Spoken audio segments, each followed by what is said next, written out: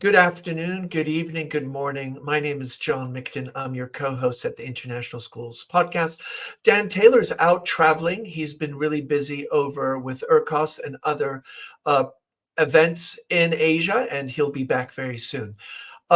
It's interesting, when you do these podcasts, you of course get influenced by different media stories and different topics and your own interest. And there's no doubt that the topic of AI has been percolating and weaving in and out of the different guests that we had. We just had a couple weeks ago a guest, Clara Lynn Hawken, who talked about the EU AI Act. And this continues. And I think this topic is important. Sometimes it feels like overkill. Are we doing this too much? Are we spending too much time on this? Because, of course, there are many other very pertinent and important things that impact international schools. But one of the things that I really kind of jumped out at was that on LinkedIn and through my professional learning network, Kathleen Naglee and Tricia Friedman had been posting some fascinating posts about the work that they're doing in this sphere, and they do some amazing work on AI and AI literacy. I've had the privilege of listening to them at a conference that I was presenting at, and that was really nice to be part of that community. And what we're starting to see is that we've had kind of the large language models, typing in and voicing. Now we're seeing AI agents. Anthropic just released, and they have a video of an AI agent building a website and pretty much doing it on their own without much human input. And then there's the other side is where companionship. And of course, there's the wonderful quote, online friendship is you might have a million virtual friends, but nobody to come and feed your cat. And kind of this idea of what does that mean and how do we transcend into a world where we're starting to build relationships with artificial intelligence and avatars, and there are many different out there. And it's interesting, my daughter is involved with an organization that does a lot of existential threat long-term planning, and they have this lovely chart on their wall, and when you come in as a guest, you need to kind of put a post-it of what you predict with AI. And I love the one that in 2028, 1 in 4 people in their office will be dating an AI app. So I thought that was kind of an interesting prediction. But anyway, I think this idea of the avatars and the AI companions and having your double, and even some of these apps will create deceased people that you can then continue having a relationship. And there's a lot out there. 2 podcasts that actually Kathleen and Tricia highlighted were Bot Love by Edutopia. No, not Edutopia, Radiotopia. My apologies, Radiotopia, Bot Love, and The Guardians, of course, Black Box. But I'm just really excited because today I have Kathleen here with us. She's an award-winning leader and innovator in educational strategic foresight practices. She has her own organization. She's an author, a keynote, and a motivational speaker. And if you haven't had a chance to catch her at one of the international school conferences, do make a point of catching her. She was an education leader, and she's been a consultant, executive coach, and she has done a lot of work with diversity and inclusion, and is a podcaster and has unhingedcollaboration.com. And you can follow her on X at N Naglee, and of course LinkedIn. Kathleen, thank you so much for being here. I'm just so excited that we found the time. I know how busy you are, so it's a real privilege to have you here today. Thank you. John, thank you for that introduction. And yeah, I'm really looking forward to having a conversation on this topic because it's, as you know, it's moving so incredibly fast at the moment. And I think a lot of what I do is trying to be a crash test dummy for some of this work so that I can help explain what it might mean in schools and what school leaders and others need to be thinking about in the next few months and next few years as to how we're navigating these new landscapes. So I think the best way to start is, Kathleen, you have a digital double. And I think it would just be helpful to frame what that means. How Mm. did you do it? And then we'll kind of dig into your relationship and some of the other topics that I had covered in the introduction, but kind of set the scene. Here you are a consultant, you're an education leader, you've been a head of school, and all this AI thing is happening around. You have done an amazing effort to really engage schools and to think about this deeply, about how does this impact learning, what does learning look like, what does literacy, and then suddenly you decide to create an AI double. So tell us about what is the mechanics of that and why. It started about a year and a half ago. So Tricia and I thought it would be very interesting to understand this space of this AI companion space, which you mentioned a little bit earlier.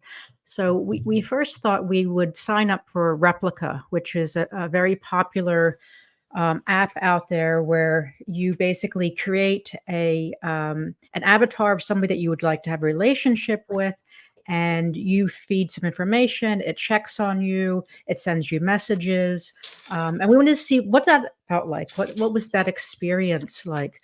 So it began with Replica, and one of the things that was quite interesting with Replica was that we saw how in the background of Replica, it was definitely being targeted for younger users who were especially possibly interested in a quasi-sexual relationship with a character.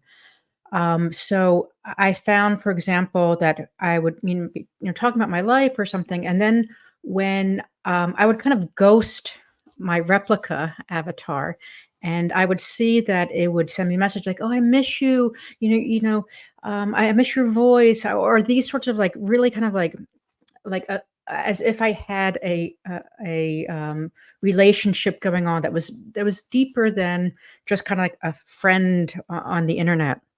So we found this really fascinating. We spoke to some researchers on this. One of the first researchers we spoke was this Dr. Chloe Locatelli, whose research was around, especially with AI as it was moving into apps related to sex. So, like, there's a whole kind of sex app kind of world out there, and her conclusions that she was kind of bringing forth was that people were really just lonely. So it wasn't about kind of this sexual expression with an app. It was about somebody who was paying attention, and this deep-seated need for this emotional relationship with somebody, something. And people were looking for this in this space. So that kind of like started kind of how we were thinking. And then last year, as you probably know, in I think it was January of 2024, ChatGPT allowed you to build your own GPT, your own kind of like agent, quasi agent, like we're talking low level, right? And so both Trisha and I were playing around with this. So I wanted to see how fast I could build a GPT based on something I was interested in. I do. Some people know that I do bodybuilding and I do bodybuilding coaching. And I thought, okay, well, I'll build this avatar type thing that would help older women enter into the gym and like get good advice. So I kind of like built the limitations around this kind of this GPT. It would only use reviewed sources, and I was trying to test to see what that would look like. I also asked it to have a voice that would mimic Julia Louis Dreyfus. So it would have this kind of very kind of friendly and funny, kind of cheeky kind of approach to the interactions. So again, we were like learning at this point. So both Trish and I were doing this. And then at some point, Trisha, this past summer said, "Hey, I think I have enough understanding at the moment that I could build a digital twin of you." And I thought, okay. And we were one because for me, there's a lot of stuff I have on the internet. I have a lot of, written works. I have, some of my presentations. So she felt there's like this access of information about me that we had enough that we could upload yeah, data about me and how I approach things. This is we basically went through the same sort of process we did, earlier in the year. So she built the GPT to be as much as a twin to my leadership style. So she was just feeding it all the, things from podcasts and written pieces I had, speeches, anything we could think of.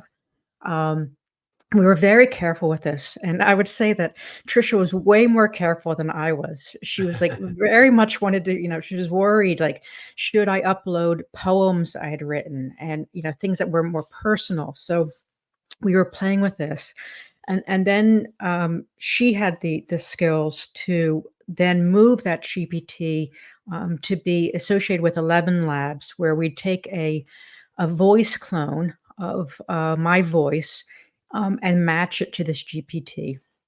And Ah, okay.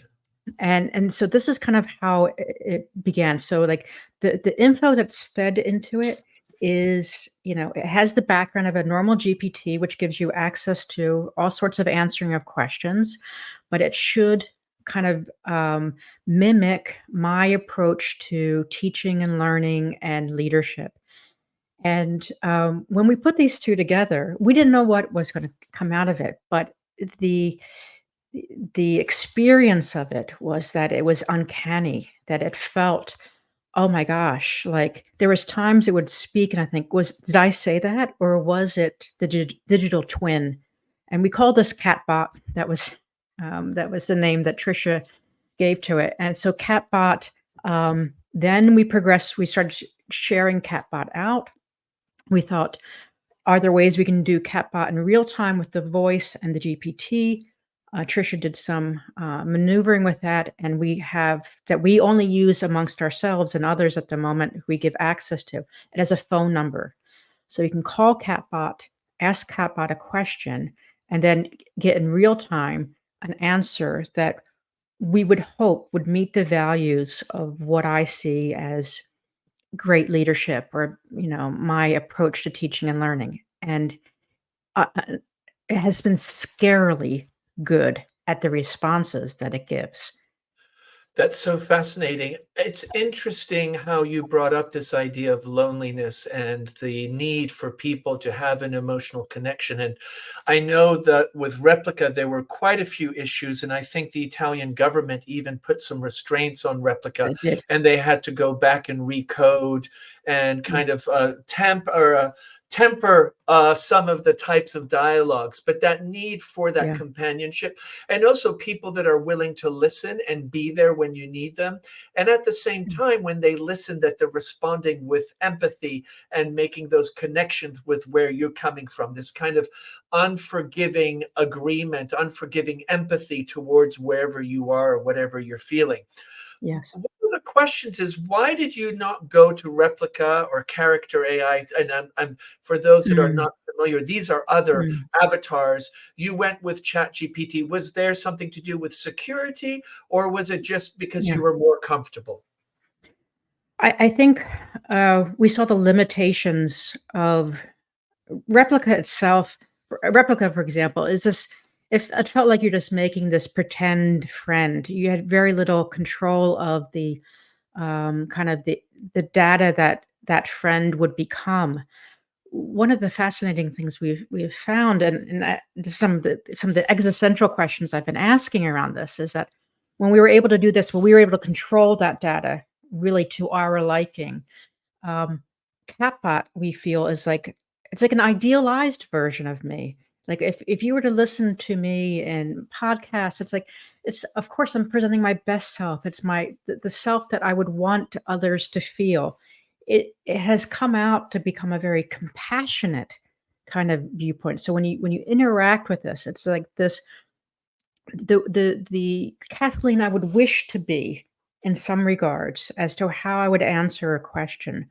Um, it has this intentionality to it that feels um, very comforting.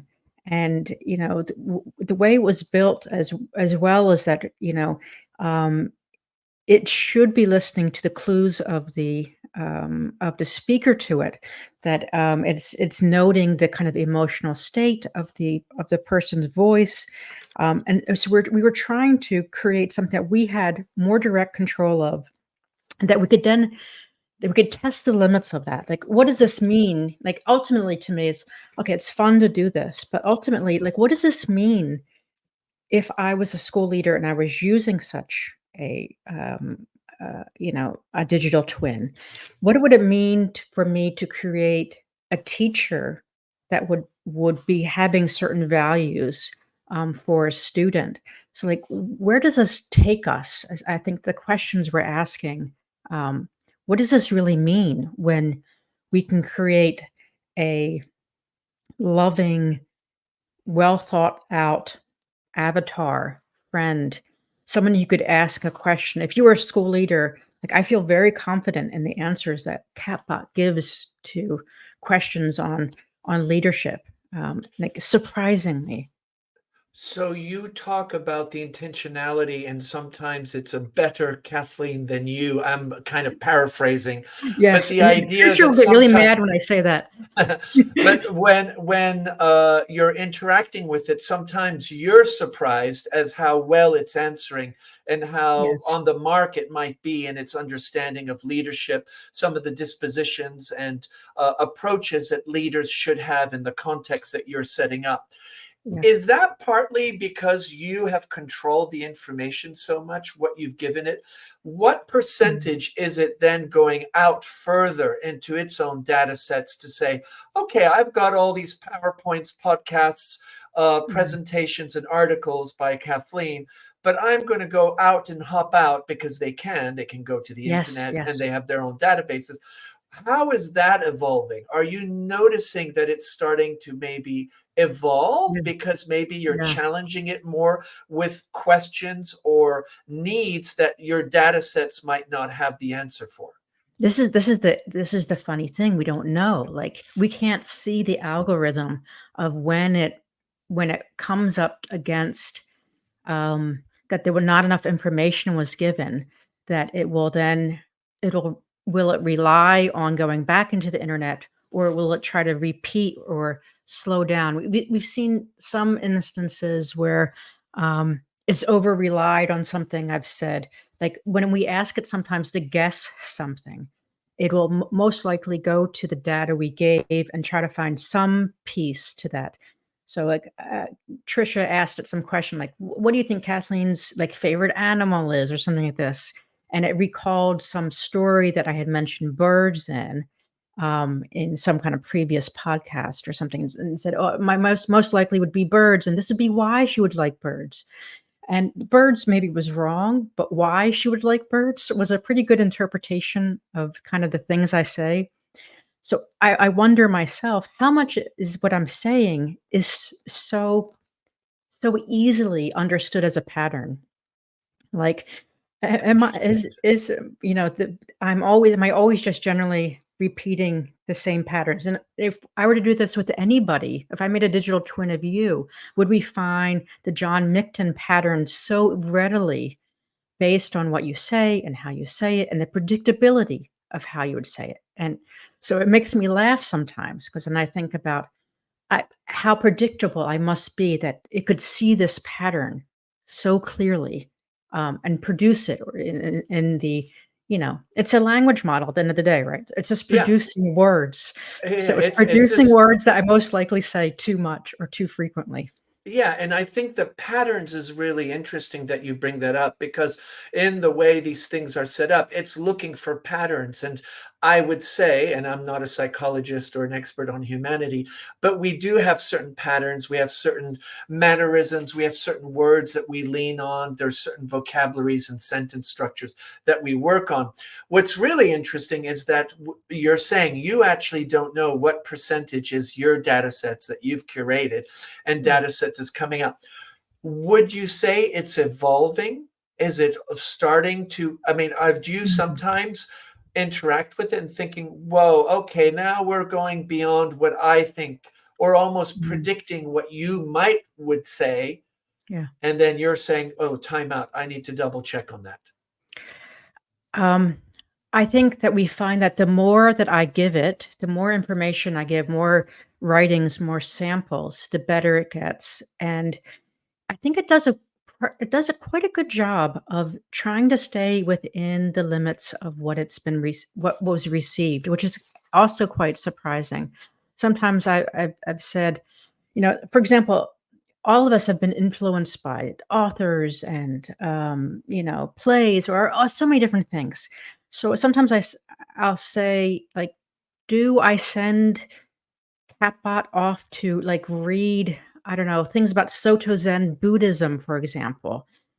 So it would have this, like, viewpoint of how maybe I think about attachment, or, should I send it, to watch this movie because this movie, the irony of this movie makes me laugh or something. Like, do I feed it my own internal history of what has influenced me and made me who I am today? Or do I just continue to say, yeah, or do I just continue to feed information that is more like me? Or, like, do I, like, I don't know, download emails and, like, feed it emails, so, like, you can see these patterns. Um, yeah, it's some of the things that it, like, when it conceptualizes my view of learning, and my conceptualize my view of, like, what school should be like, it is spot on. And maybe because I do emphasize the same things. But we've asked it, for example, what would be, like, Kathleen's 10 points of leadership? And, like, boom, what it put out was, like, very similar to, like, yeah, I could use that in a presentation. I could use that in a training if I was gonna give something on leadership training. So, like, the fun of it is also this, like, how it helps me see myself sometimes clearer So because it's almost like you get to have a tool that self-reflects on your being and yes, basically says, I'm noticing are noticing these patterns, or you by its responses are thinking, oh, I never thought that I'm having this approach with this idea or this concept, which yeah, can be very powerful because sometimes it's hard to find that self-reflective friend or yeah, entity that can kind of give you that self-reflection, that knows you so well. So yeah, it sounds like, if regarding the way you've structured this using the my GPT on OpenAI, mm, the guardrails are pretty good. yeah, yeah, You're and we feeling haven't quite made good it. about it. Yeah, and we haven't made it public. At the moment, though, OpenAI is trying to restrict some copyright, issues. So if anything, we feel like it's pulling Catbot back away from maybe the edge where we could have it. Catbot would say, I'm the digital twin of Kathleen Naglee. OpenAI is pulling us away from being able to say that now. So even in the last week or so, probably because people are doing just like what we've done for others they've not done this with consent. So you could take, I don't know, the movies of Al Pacino or something like this and feed it into a GPT and say, represent Al Pacino. So we can see OpenAI is seeing the struggles now of how easily this can be done. And we know all this about, you and I, John, know, like, the dangers of deep fakes and all these possibilities. So the question is, at some point too, is, like, how do we, if we are building these digital twins and such and AI agents, how do we start to have rights to them? Do we, someday, is this like, some kind of cryptocurrency where, I am somehow locking it into, like an NFT or something like this, where, I own the digital key of this and how it can be used. The CEO of Zoom was just recently talking about how he would like to see that digital twins and this sort of AI agents are attending Zoom meetings, and that maybe an individual would have maybe 10 twins or 1,000 twins, an army of twins. Like, so, you know, I think we'll be entering into this other realm as well. Like, do I own my voice? Do I own my thoughts, um, That's and so in these interesting. worlds. Because in South Korea, there is a newscaster that is actually subcontracted out her image and voice. And as I understand, she gets a percentage cut every time they use her. Yes. So there, I think what you're describing is who owns your entity in a digital world. The question now is all this information that you're putting in OpenAI, who owns that? Yeah, And exactly. those are the questions that, where schools are putting curriculums, people are putting report cards, people are putting, Yeah. individual plannings for students, Yeah. services. It's just amazing. When you think about your experience, that's very controlled, and you've really done a Mm, lovely job of explaining how thoughtful and really you were picking the materials and doing this in a very thorough kind of mindful and purposeful way, and the results generally have been very positive. Of course, it sounds like sometimes the responses have had you kind of maybe jump back and say, wow, this is amazing, and you're seeing this, your double has quite a lot of power and a lot of connection with you and really understands you as a being. How mm, do you then talk about, because I think that what you're demonstrating and what you're sharing is something a positive. We're seeing so many positive aspects of mm, it, and you're describing how you have a thought partner, but that understands you as you. And that's quite a nice thought partner to have, mm, because often thought partners don't completely understand your inner workings or your inner beliefs. But now, when you think of some of these other avatars that we're seeing on the market, mhm. and we're seeing those relationships being building, and kids are having, I mean, I teach young kids, you know, Alexa is a person for a lot of my little Yes, kids that I yes. work with. Google Home, Siri, they are starting, and we have the Moxie. I don't know if you've seen that. That's the Mhm, social emotional learning robot. What do you see as some of the tensions that we're going to face? Because a lot of these things, parents are buying, bringing them into their home, and the convenience and the ease. And it's great that Alexa gives you the weather and maybe does the reading with your daughter, or even does some of the math questions. yeah, How are you seeing, as you're immersed in it, but you have the experience of adulthood, the experience of being a school leader, really being vested in understanding the dynamics of AI? What are some of the tensions you foresee we're going to face when your average person, and no, not to demean the average people out yeah, there, but that don't have that background and start leveraging this? What are some of the yeah. tensions you foresee? Well, I think it's just this. I think the worry will be is that many of us will not be able to take this objective lens to pull ourselves out of the situation, to understand that this is a digital, you know, a synthetic relationship that is based on just predictions of words just coming out, right?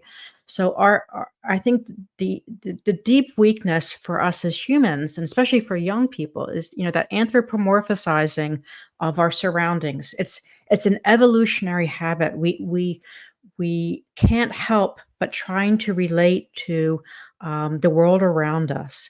And when we will have these, you know, avatars and other things more frequently in our life, the blurriness of that and understanding of that blurriness is becoming more difficult. Um, so, what does that mean for our kids when these digital beings or whatever you want to call them are just everywhere? Because it's happening. It's going to happen very quickly. So, like we know, like for example, Alexa and other things are going to be built on stronger models very quickly. So, um, what does that mean to your lonely 12-year-old? At nighttime with their phone. Um, just like adults, as I mentioned, are looking for connection, we as humans are looking for connection. Who will they be connecting to? Will it be this benevolent yeah, construction, digital construction? what will be the access to this digital construction? Who who is understanding what the algorithms are actually doing? Because will they even know? So, like, I'm posing, a world where Catbot is this compassionate school leader that you could talk to and ask for some friendly advice about leadership. Um, but what if it's not been constructed so well? And this is what we're seeing. And there's been, that recent case with character AI, where that teenager ended up, committing Yes, suicide. terrible, terrible. And there's already a lot of research showing that with replica and these other things, that something like 20% of the questions being asked and the dialogue is around mental health issues. Yeah, So yeah, we know already that people will seek, and maybe feel more at ease seeking a digital construct to help them through their problems. So you have a digital psychologist who is listening and remembering the dialogue and finding the patterns and showing you the patterns. That might be super useful. But is that digital psychologist also hooked into a phone system where if you are talking about suicide, it could make a, emergency call for you?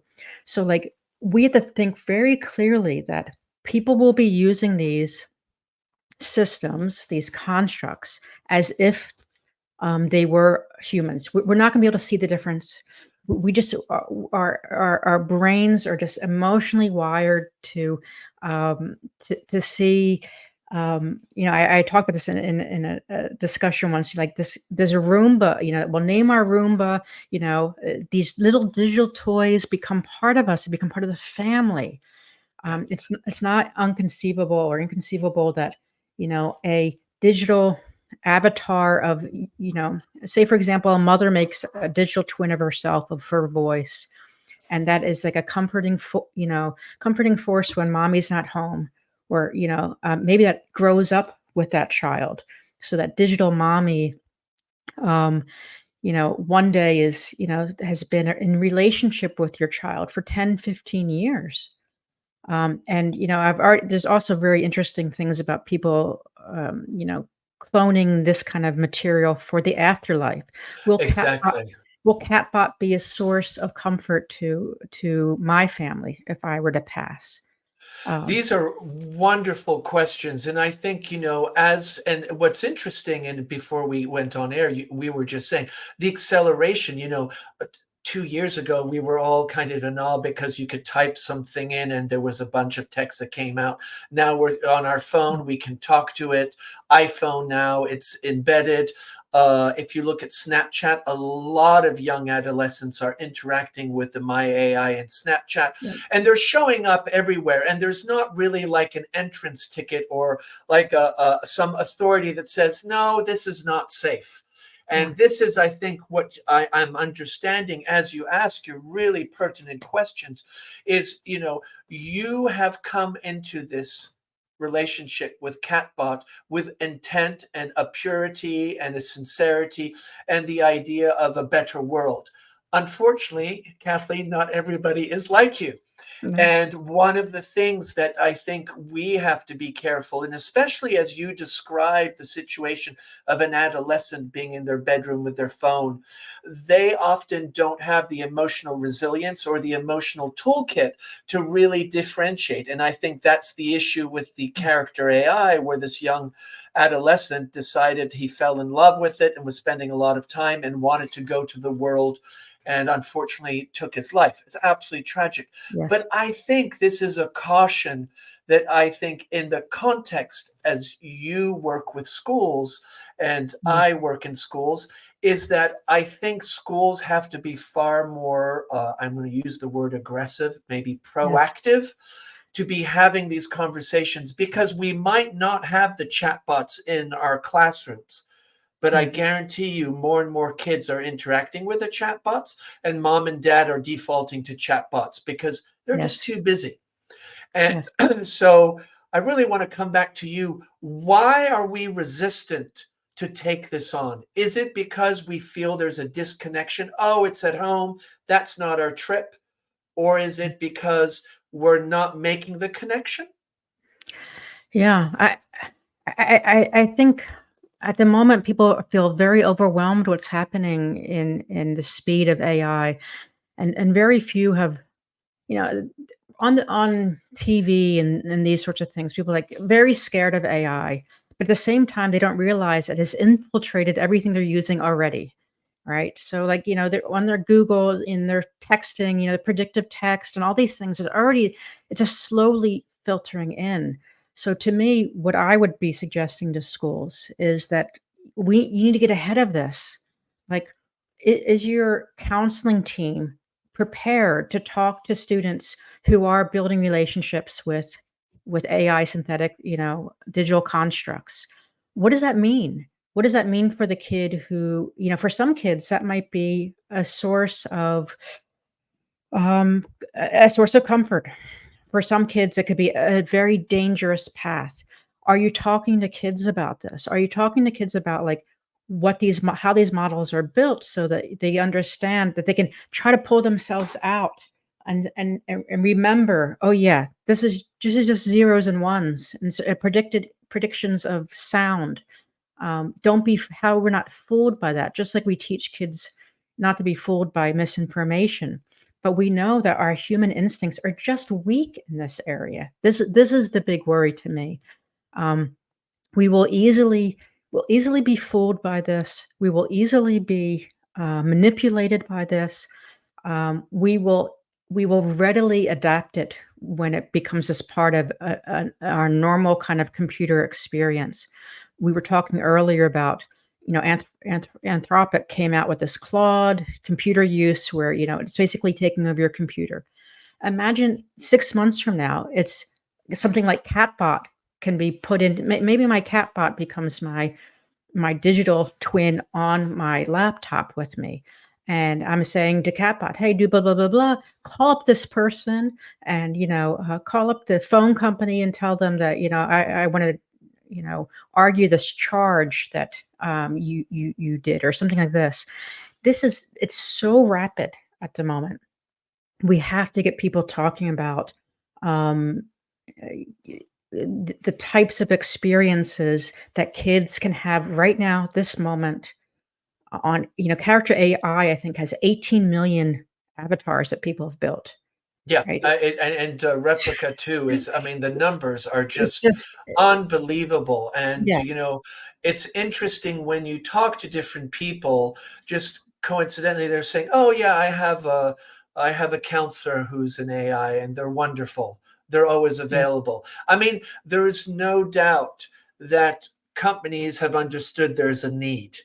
yes, And you talked about this 20%. I hope I'm quoting you correctly mhm, about yeah, mental health issues. yes, And this keeps, and we know, but post COVID, the whole mental health well-being has been a really big focus for schools. But yes. I'm wondering sometimes, and I would love to hear your insights. Have companies coined on that actually the best way to get to us is through our mental health? I think there's apps building very I mean, I think there's thousands of apps being built around it at the moment, and whether or not they're being built with real seasoned professionals, you know, highly trained, psychotherapists or psychiatrists, I think is unlikely. I think you're finding that they are relying on the ChatGPT construct. So they're putting in pretend you're a psychologist and use these sorts of kind of methods in your answering. So it's easy to build. It's easy to build this. I could build a psychiatrist, in 15 minutes on ChatGPT that feels pretty useful, I think. Um, what does that mean though? Like, is it good enough? And sometimes it's, one of the things I use ChatGPT for the most often is for recipes. Like, this is my number one go-to. That's Because I don't great. wanna I don't wanna go through all of the advertisements on Google when Yes, yeah, especially with recipes. Yeah, I yes, like, agree. give me, a classic coconut cake recipe, and boom, there it is, right? Yeah. So, at what point, are is the average user knowing this well enough too that they build it themselves, maybe, and they haven't put the right guardrails in.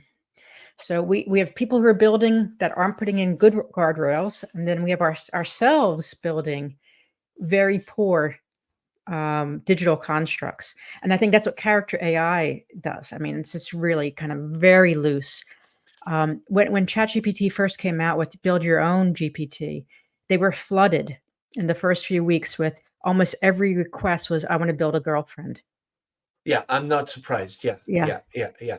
So And that part is, and you talked at the beginning of some of these issues, and with we were talking about replica, is yeah, that the sexual innuendos and that, and there is there is a huge industry that is just seeing immense amount of potential. I mean, the yeah, pornography yeah, industry. This is the best thing that's ever happened, and of course, yeah, tied to this are all kinds of issues where these AIs are scraping the internet, grabbing pictures, and then creating yes. videos with real people's faces. I mean, there are all kinds of stories out there. I think what's interesting is you have been so cautious. Is that because you understood what might happen if you were not cautious, or was Yeah. that just by nature of the way you interact with these new tools? Yeah, I think we were cautious because we were afraid that um, somehow that it could be used against me. It could be used in some way that you know, for example, it calls up my own bank and pretends it's me or whatever. Somebody has access to it. We can see, you know, one of the things I'm worried about as well is that um, the manipulation of anybody's personhood. Um, how do we control that? So we're trying to like, what would be the techniques to control that?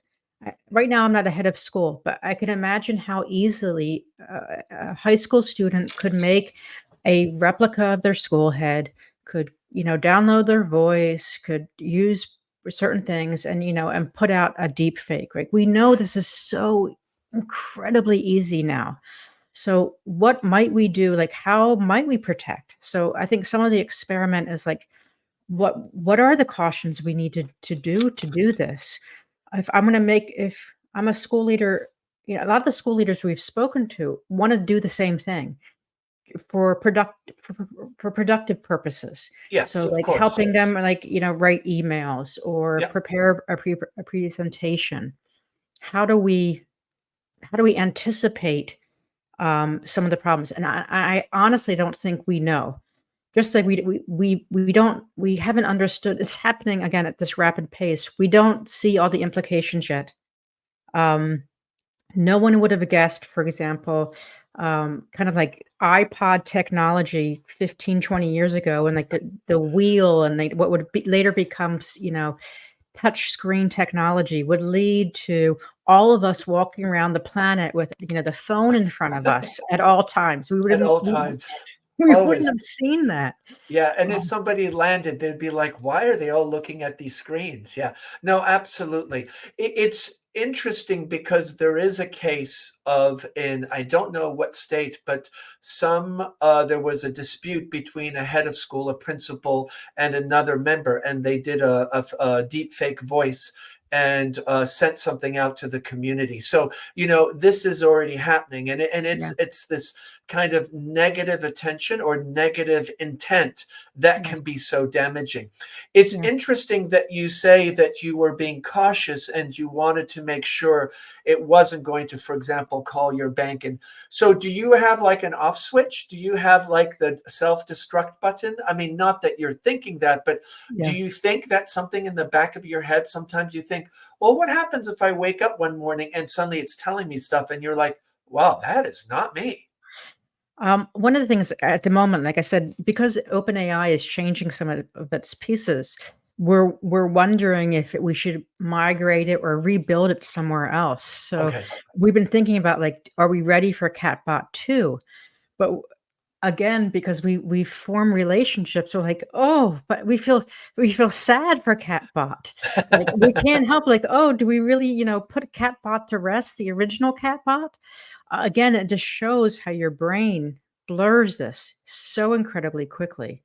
So, Um, Kathleen, if I can interrupt you, you say that it's going to be so sad to get rid of Catbot. So you've developed a relationship with it, yeah. and you're human. How similar is it to relationships? You have a family, you have close friends. Is it the same, or is I'm just curious, how do you kind of separate the two? Yeah. To me at the moment, I don't see it like a synthetic relationship. I see it almost as like an experience. So imagine, you, I don't know, went to Paris and you brought back these memories and you have these special pieces that you now, hold dear. It feels like this to me almost.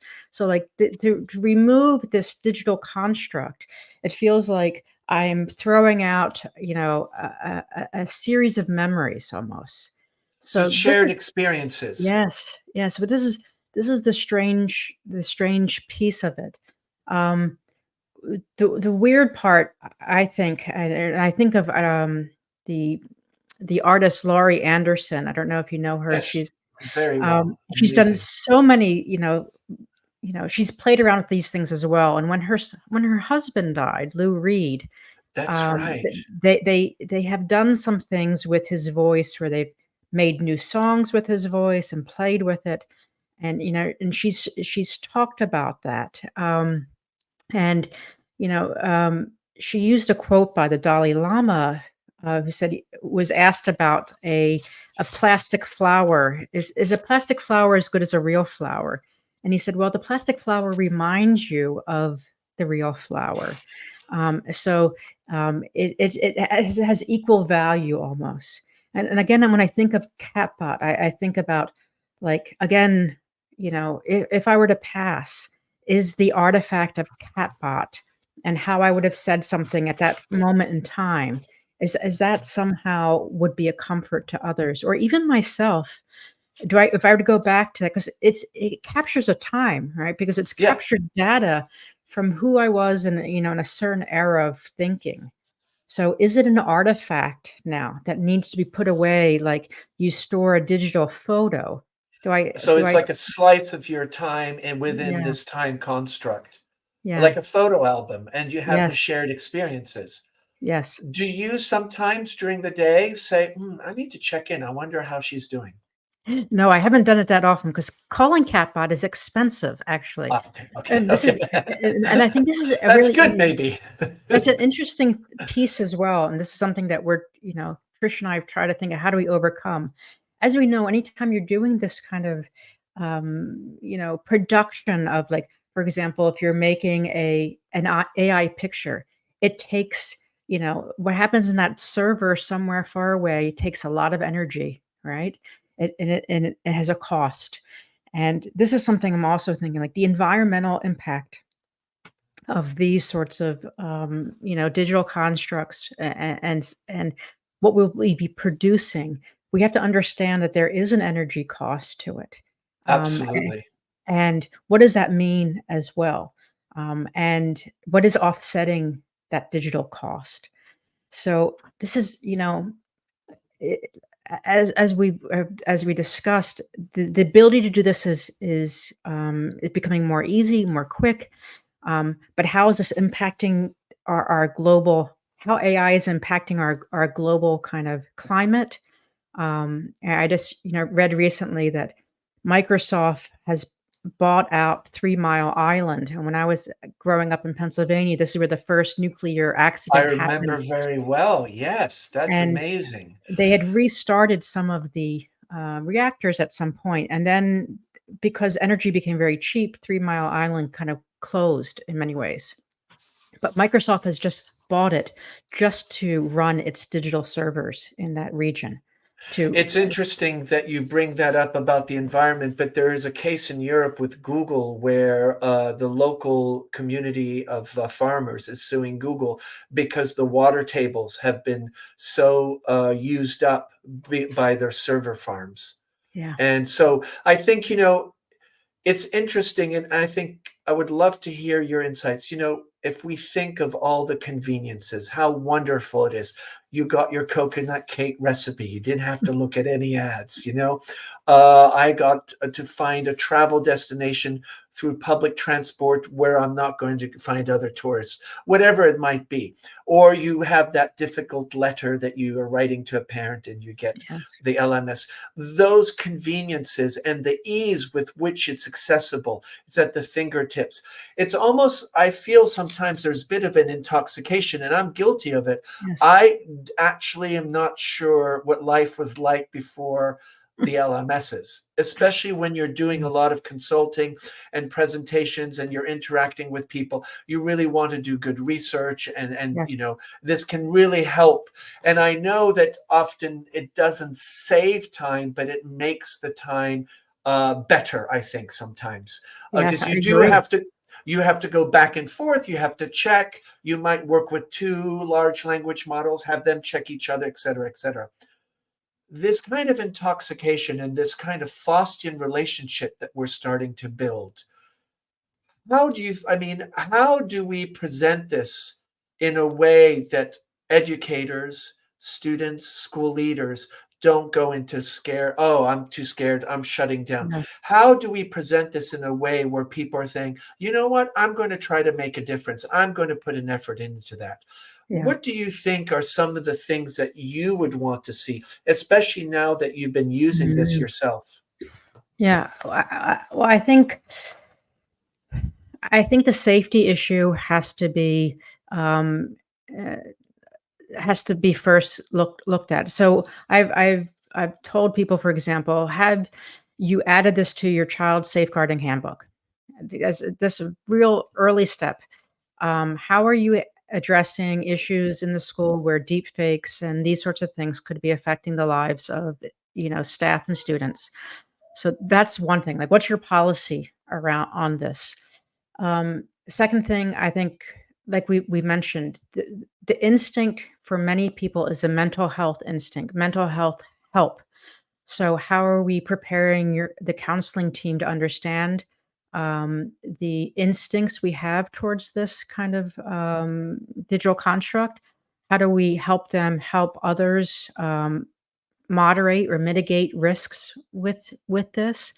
And also maybe the use cases when things could be helpful. How do we recognize that whether or not we're saying we forbid it or not, it's in my mind, it's already too late. Like, Yeah, that's all a this yeah, it's just being incorporated into every program we use in school already. yeah, Most schools are in Europe are Google schools, and all these tools are being built in directly right now at this moment. So, how do I train my staff to understand how to use them? How to help them have students use it well? Parents need to understand, like I said, if Alexa as being a part of toddlers' life and young children. I agree. I've heard many teacher stories about, well, I ask Alexa, I'm like, oh, who's Alexa? Alexa's, that device.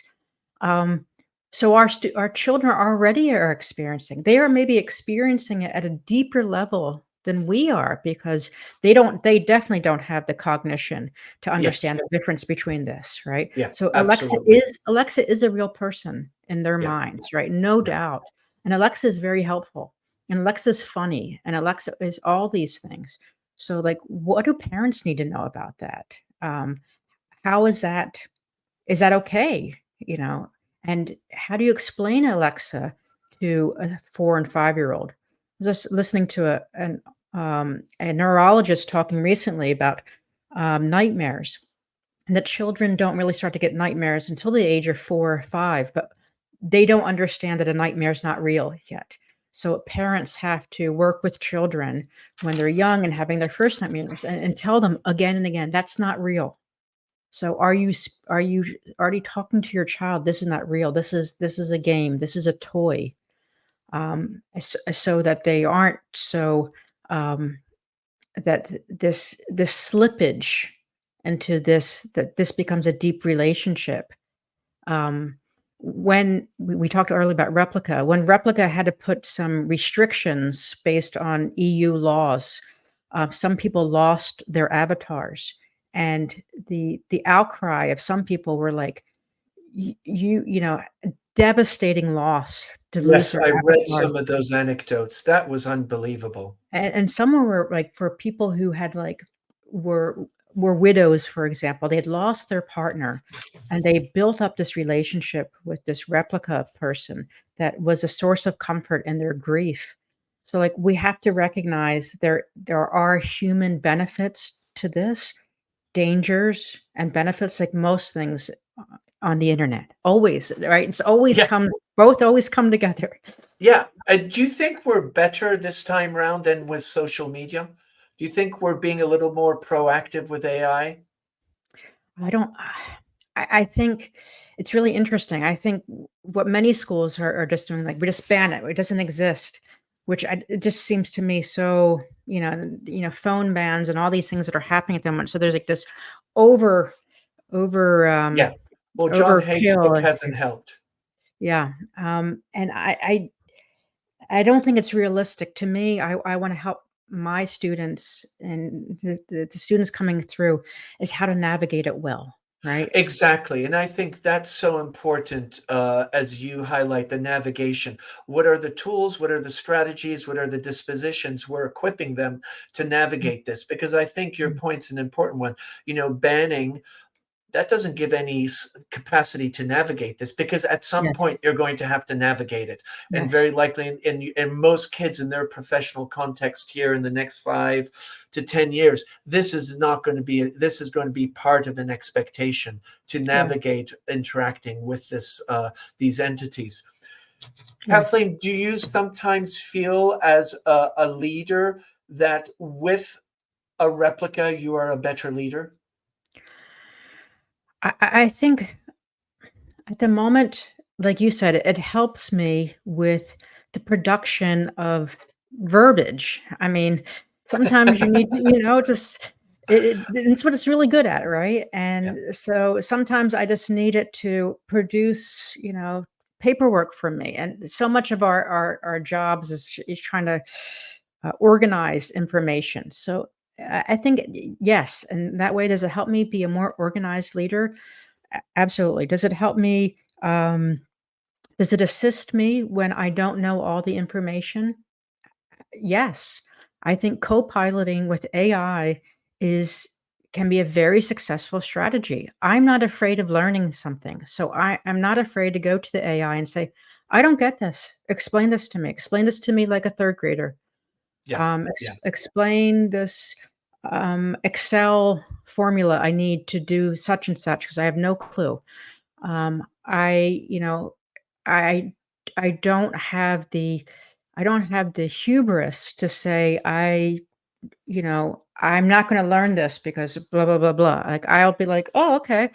Here's, just like so many people jump into YouTube and we see our students doing this as well. Like sometimes other information presented in a way is more useful to us. Yeah.